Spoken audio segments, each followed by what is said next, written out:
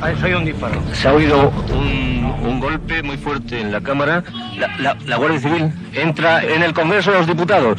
Hay un teniente coronel que con una pistola sube hacia la tribuna, apunta. Es un Guardia Civil, está apuntando con la pistola, está apuntando al presidente del Congreso de los Diputados con la pistola y vemos cómo... Cuidado, la policía.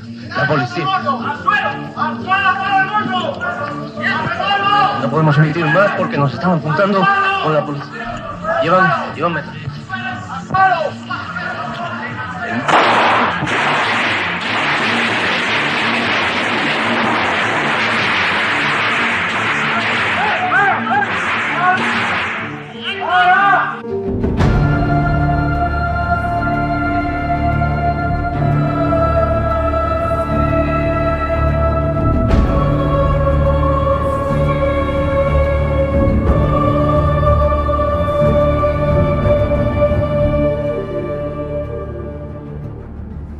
Es 23 de febrero de 1981.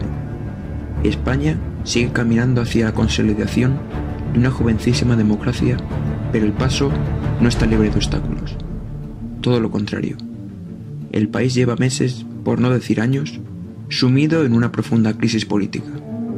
Aunque en 1978 se logró desarticular aquella primera intentona golpista de la democracia protagonizada por el coronel Antonio Tejero, la llamada Operación Galaxia, por cierto, una operación fallida, parece muy complicado dejar atrás aquel franquismo.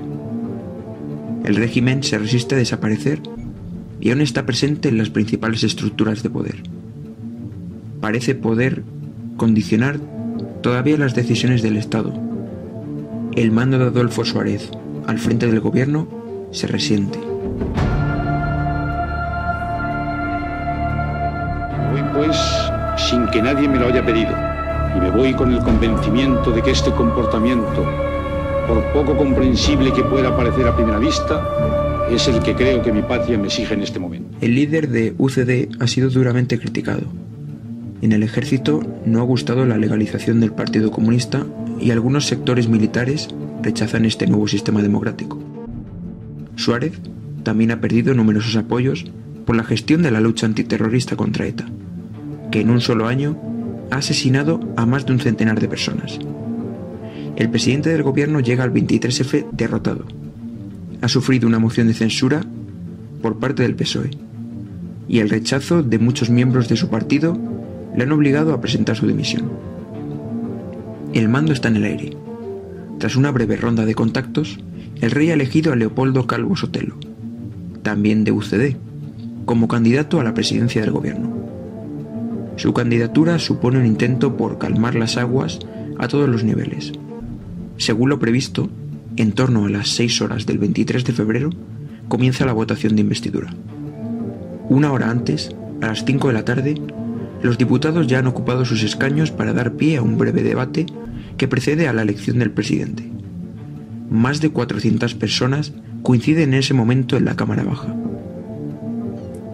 Son las 16 horas de la tarde. Comienza la votación.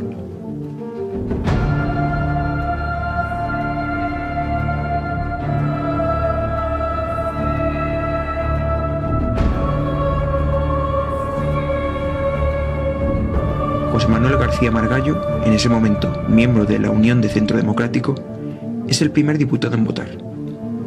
Calvo Sotelo, que no ha sido investido presidente del gobierno 48 horas antes en la primera sesión de investidura, por tan solo 7 votos, espera en esta ocasión salir del Congreso de los Diputados con el triunfo en las manos.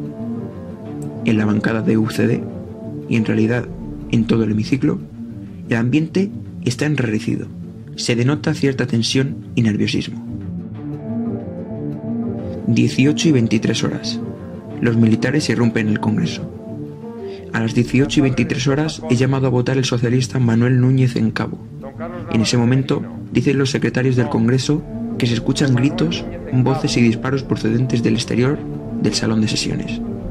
Nadie sabe muy bien de dónde vienen y qué está sucediendo exactamente. Son las primeras ráfagas que inician un asalto al Congreso que tiene por objetivo dar un golpe de Estado en España. Comienza la Operación Duque de Ahumada, en referencia al fundador de la Guardia Civil, Francisco Javier Girón. La votación avanza en medio de una extraña confusión hasta que, instantes después de oírse aquellos ruidos, que vienen del exterior, el coronel Antonio Tejero irrumpe violentamente en la Cámara junto a numerosos guardias civiles armados. Aunque en ese momento no se puede precisar cuántos son, se calcula que son unas 200 las personas que acompañan a Tejero. Este se ha acercado al presidente de la Cámara, Landelino Lavilla, que se ha puesto en pie para preguntar por el motivo del altercado.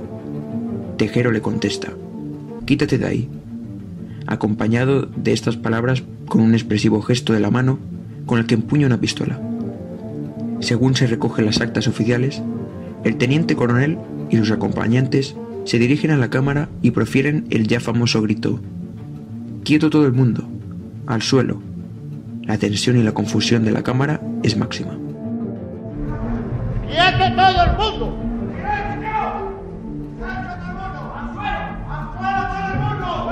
¡Quieto todo el mundo!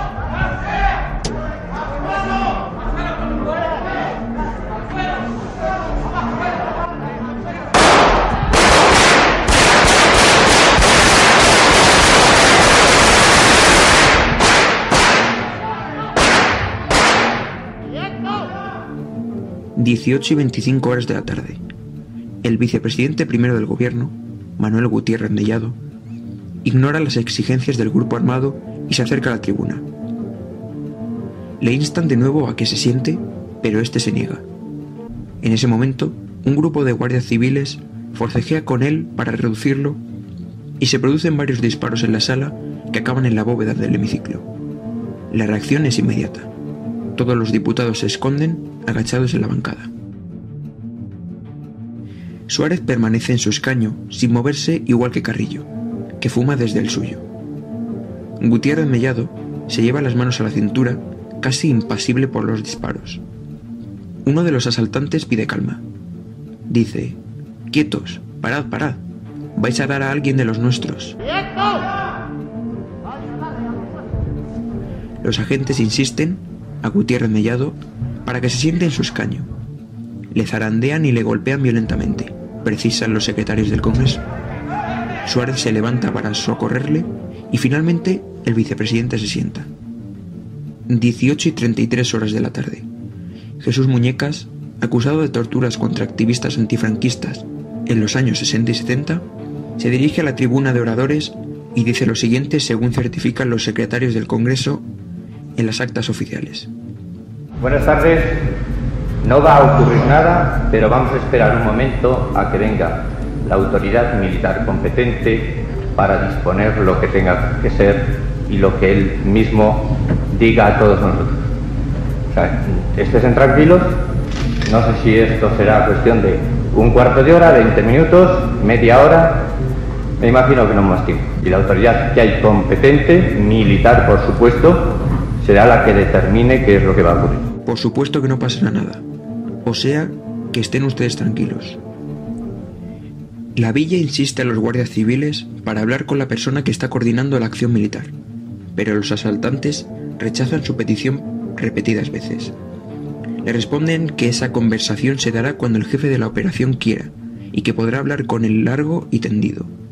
Se producen movimientos en la cámara para asistir a algunos heridos y enfermos del corazón. 18:50 de la tarde. En Valencia, poco antes de las 19 horas, el capitán general de la Tercera Región Militar, Jaime Milán del Bosch, asume todos los poderes civiles y militares, hasta que se reciban las instrucciones del rey. Horas después, se leerá en el Congreso el anuncio de Milán del Bosch que confirmará la aplicación del estado de excepción.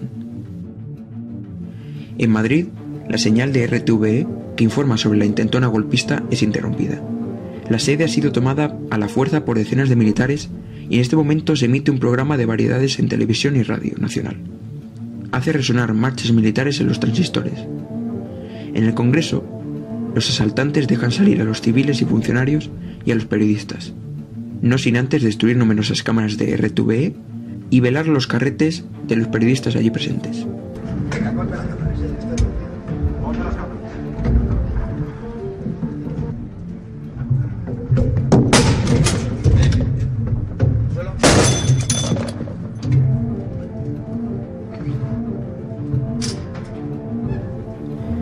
A las 19:35 horas del 23 de febrero, los secretarios del Congreso manifiestan en las actas oficiales lo siguiente. El presidente del gobierno abandona el banco y se dirige a uno de los asaltantes diciendo: «Quiero hablar con el que manda la fuerza». Se oyen gritos y voces que dicen: «Retírese, silencio». Un guardia civil advierte a los diputados ante gestos como el de Suárez. Señala su metralleta y dice: «Próximo movimiento de manos se mueve esto, Así que lo de las manitas esas tranquilos, eso cuando esté nervioso. Aquí se ha acabado». Acto seguido, Adolfo Suárez se vuelve a levantar y reivindica su posición como presidente del gobierno, aunque es acallado al segundo con nuevos gritos de los asaltantes. Señor Suárez, permanezca en su engaño.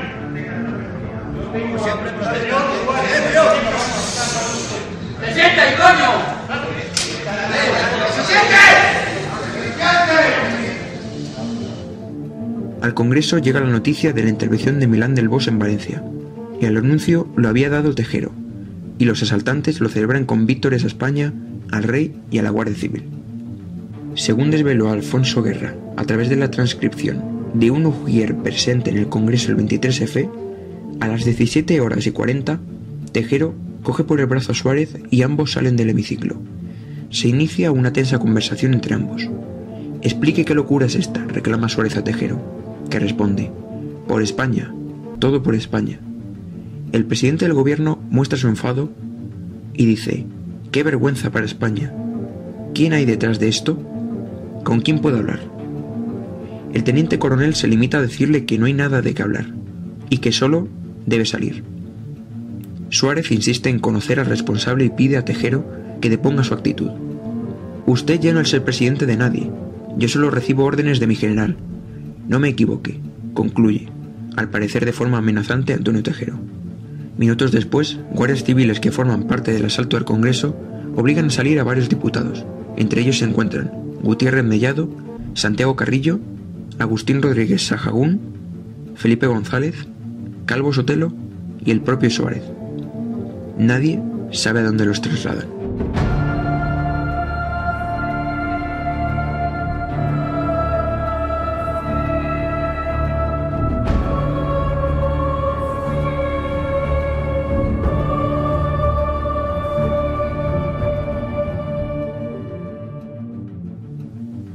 Son las 8:20 de la tarde, 2 horas después del inicio del golpe de Estado. El diario del País, que está preparando una edición especial con un contundente editorial en apoyo al sistema democrático, recoge el testimonio de Jordi Pujol, por entonces presidente de la Generalitat, sobre una conversación que entabló con el rey Juan Carlos. «Tranquilo, Jordi, tenemos que dar imagen de nuestra plena confianza en todas las autoridades, y concretamente en el rey», afirma el dirigente catalán, que le dijo al monarca. Según Pujol, en ese momento, Juan Carlos I ya había mantenido contactos telefónicos con los gobernadores civiles y los presidentes de las diputaciones. 20:45 horas. Al cabo de unos 20 minutos, a las 20:45, uno de los asaltantes pide a gritos un micrófono. Acaba por subirse a la tribuna y lee un teletipo de Europa Press, que afirma lo siguiente: «A las 7:30 horas de la tarde, la normalidad era completa en el cuartel general del ejército.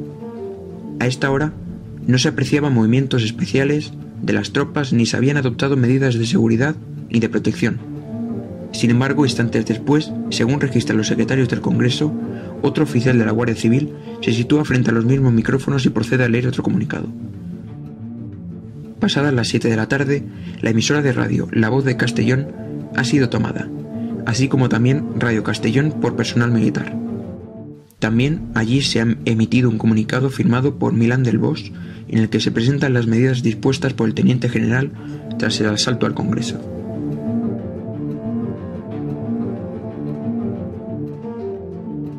Entre ellas se ordena que se militaricen los servicios públicos y se impide a la población civil el contacto con las unidades armadas, que repelerán todas las agresiones que puedan sufrir con máxima energía. También se quedan prohibidas las huelgas y las actividades públicas y privadas de todos los partidos, así como las reuniones superiores a 4 personas. Establece un toque de queda desde las 21 horas hasta las 7 horas de la mañana. Finalmente asume el control del ente autonómico, de los provinciales y de los municipales, así como el mando de todos los cuerpos de seguridad del Estado.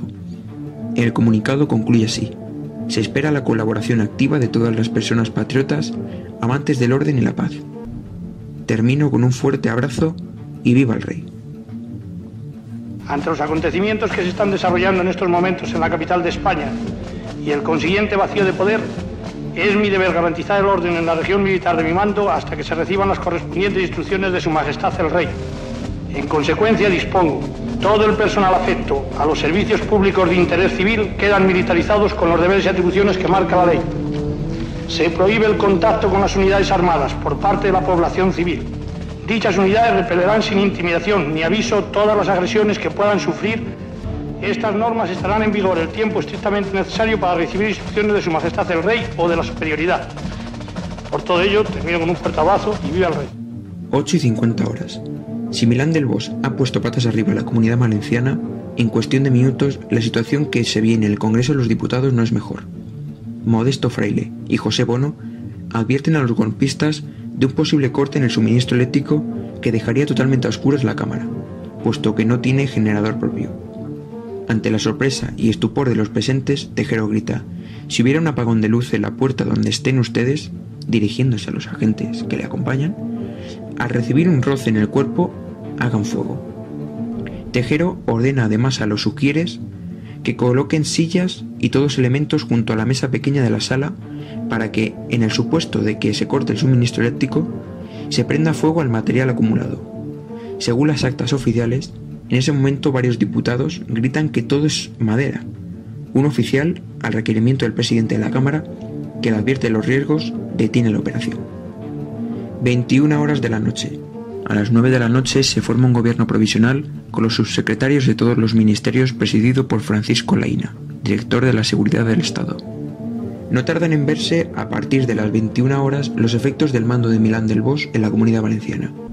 Hasta 1.800 efectivos y 60 carros de combate circulan por las calles de Valencia, comprobando que se cumple el toque de queda. La ciudad está en estos momentos prácticamente desierta, y las imágenes de los tanques patrullando impactan a toda España, que no acaba de creer lo que está ocurriendo. La tensión también se vive en la capital de España, donde a esta hora tiene lugar un importante despliegue policial que acaba por rodear los exteriores de Congreso con una enorme hilera de coches y furgonetas de las fuerzas de seguridad del Estado. Dirigiendo esta barrera está el comandante Pedro Zancada. El diario El País, que ha estado siguiendo de muy cerca los hechos acontecidos tanto en el Parlamento como en Valencia, imprime a esta hora una edición con un encabezado contundente: El País con la Constitución, y un durísimo y reivindicativo editorial titulado Viva la Constitución, que se llega a reproducir en las radios ante el cierre de kioscos y otros establecimientos. En este editorial, el diario indica lo siguiente: es la hora de un atentado alevoso contra el pueblo español. El país sale a la calle en defensa de la ley y de la Constitución. La rebelión debe ser abortada, sus culpables detenidos, juzgados y severamente condenados para ejemplar escarmiento de la historia.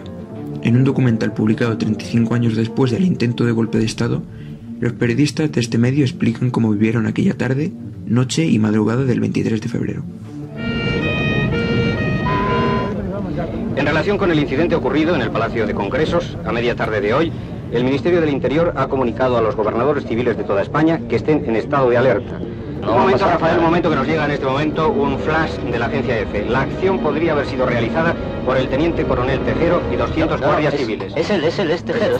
Son las 10:30 de la noche. A estas horas poca gente sabe qué está pasando a ciencia cierta en España, ni siquiera los parlamentarios atrapados en el Congreso. Los movimientos y anuncios de los altos mandos son constantes. La Junta de Jefes del Estado Mayor ha anunciado que tomará las medidas necesarias para reprimir todo atentado a la Constitución y restablecer el orden que la misma determina. Así, Francisco Laína, director de Seguridad del Estado en ese momento, se convierte durante 14 horas en jefe de la Comisión Permanente de Secretarios de Estado y Subsecretarios, un gobierno de facto que asume las funciones del Ejecutivo secuestrado en las Cortes. Casi al mismo tiempo, Tejero regresa a la Cámara para anunciar que la segunda, tercera, cuarta y quinta región militar ha dicho sí a Milán del Bosch como presidente del gobierno. Reina de nuevo la confusión y el nerviosismo en el hemiciclo, que se pregunta cuánto más tendrán que quedarse encerrados allí. 23 horas y 45 de la noche. Este ambiente de crispación y tensión es confirmado por el general Manuel Prieto, al reunirse una hora después, pasada las 11:30 horas, con Antonio Tejero en el hemiciclo. Le pide calma y serenidad al general golpista y da a conocer que Carrillo, González, Rodríguez Sahagún y Gutiérrez Mellado están encerrados en una habitación del Congreso. Poco después entran en el Parlamento José Luis Aramburto Pete, director de la Guardia Civil, y el general Alfonso Armada, de quien se afirma que ya conocía con anterioridad el plan golpista de Tejero con la intención de proponerse a sí mismo como presidente de un gobierno de salvación. Tejero, que rechaza esta propuesta, solo quiere a Millán del Bosch como presidente. Inexplicablemente, Armadas había entrado en el Congreso de los Diputados y al decirle eso a Tejero, este se lo tomó a mal y expulsó a Armadas del Congreso y siguió con el golpe de Estado por sí mismo. Son las 1:12 horas de la madrugada. El periodista Iñaki Gabilondo da paso en la madrugada de Televisión Española un mensaje de última hora del rey de España.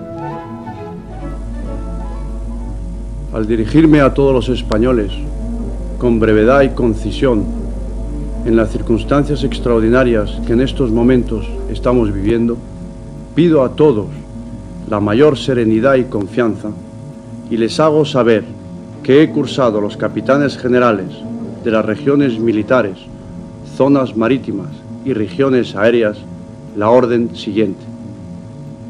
Ante la situación creada por los sucesos desarrollados en el Palacio del Congreso y para evitar cualquier posible confusión, confirmo que he ordenado a las autoridades civiles y a la Junta de Jefes de Estado Mayor que tomen todas las medidas necesarias para mantener el orden constitucional dentro de la legalidad vigente.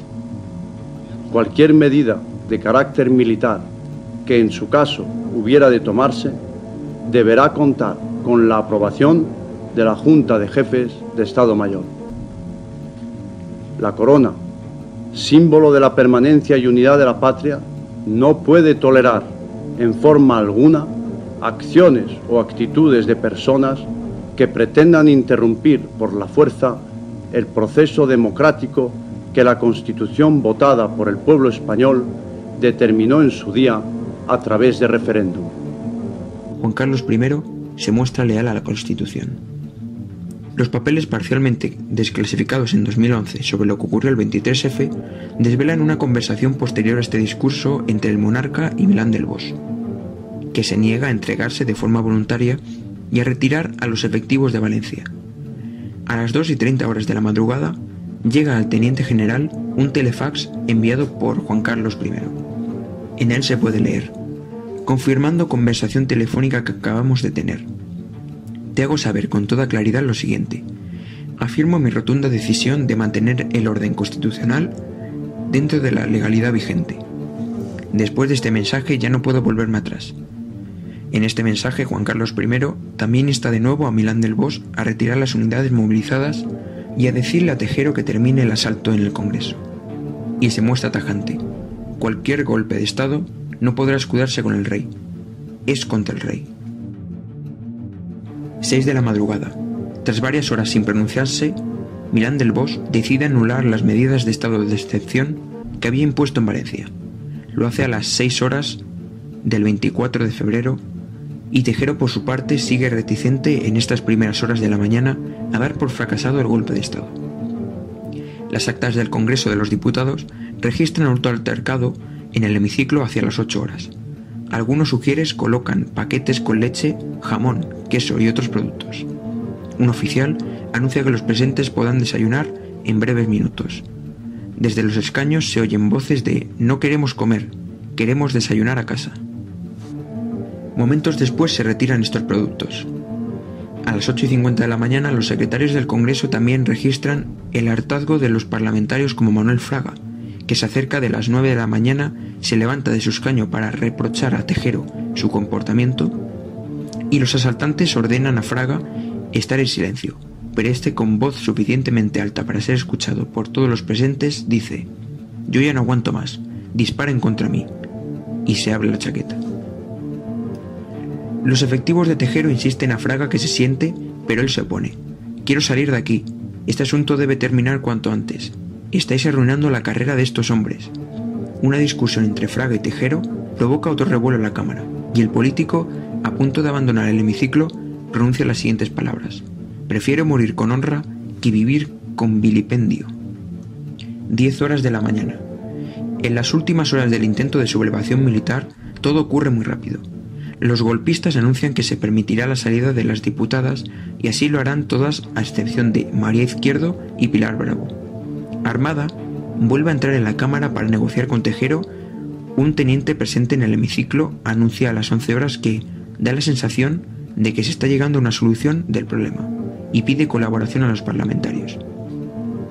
Si dentro del Parlamento la situación parece controlada, en los exteriores se producen graves altercados protagonizados por grupos de ultraderecha que apoyan la acción Tejero, pero el teniente coronel ya da casi todo por terminado.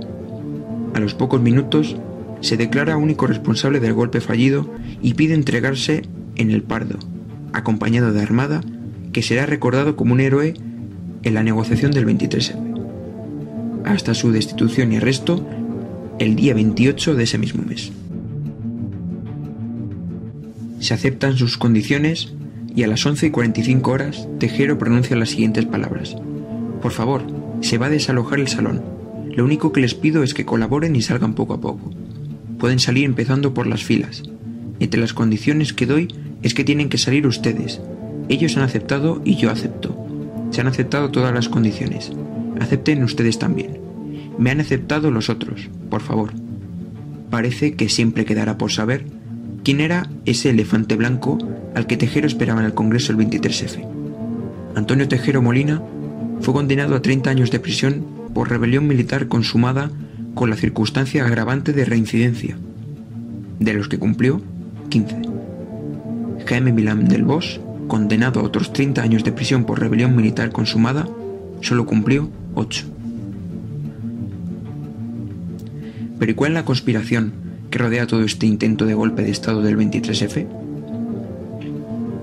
Aunque muchos defienden la teoría de que el rey quería quitarse la etiqueta de heredero franquista y ser un héroe democrático, los documentos del Congreso dan fe de que Juan Carlos I fue el responsable de que el golpe se diluyese, aunque hay una frase que le perseguirá siempre: ya no puedo volverme atrás, pronunciada 8 horas después del inicio del levantamiento. ¿Qué quería decir con esa frase? Aunque la teoría que culpabiliza al rey es la más sonada, hay otra que tiene también mucho peso. El protagonista es Alfonso Armada y Coim, el segundo jefe del Estado Mayor del Ejército de Tierra.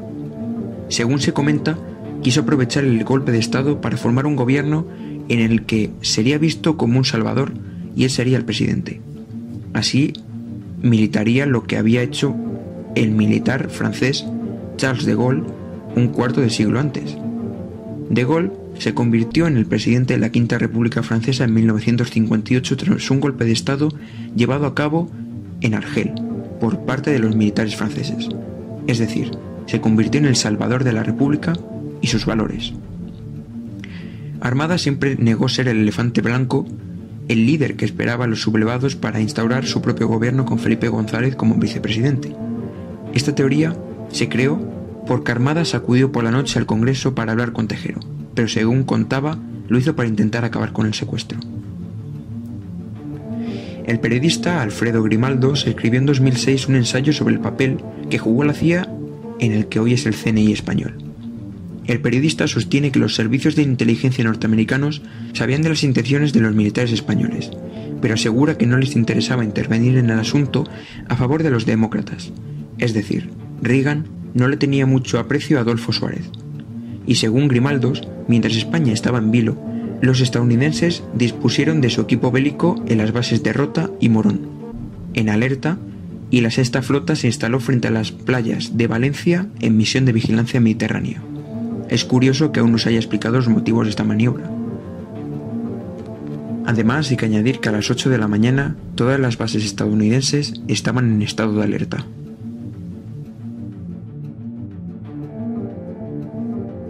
Y es que, entre tanta teoría, se cree que el objetivo de Tejero y los suyos no era volver a un régimen militar, sino limitar el progreso democrático del país.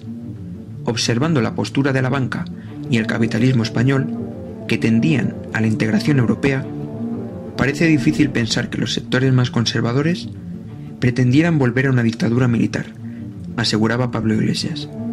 Es decir, supuestamente los sectores conservadores apoyaron fervientemente la sublevación para que España no dejase de ser la que había sido durante los 40 años que duró la dictadura franquista y en los que disfrutaban de privilegios. Lo que sí existía era un estado de opinión de sectores vinculados a las oligarquías del franquismo que tenían que ver con la Iglesia, con los militares o con sectores económicos que pudieron temer una pérdida de sus privilegios, aseguraba Iglesias. El rey tardó demasiado en salir, aunque se dice que hasta las 9 de la noche había soldados en el edificio de los medios de radio y de televisión española. El mensaje se emitió 3 horas después de ser grabado. Se emitió aproximadamente a la 1:14 de la madrugada, cuando Armadas había dicho que había fracasado. Como defienden algunos expertos, si no hubieran sido seleccionados los asaltantes, hubiera sido una carnicería tremenda.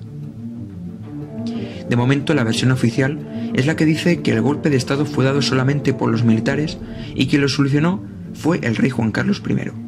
Sin su intervención, se supone que hubiésemos vivido otra dictadura militar presidida por Tejero.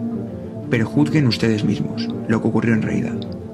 Aquí solo hemos presentado las distintas versiones que pueden o no tomar en cuenta de la llamada Noche de los Transistores, en la que tantos españoles perdieron su sueño por estar junto a la radio en vilo.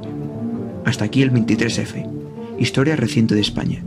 Si te ha gustado el podcast, puedes compartirlo. Nos vemos en la próxima.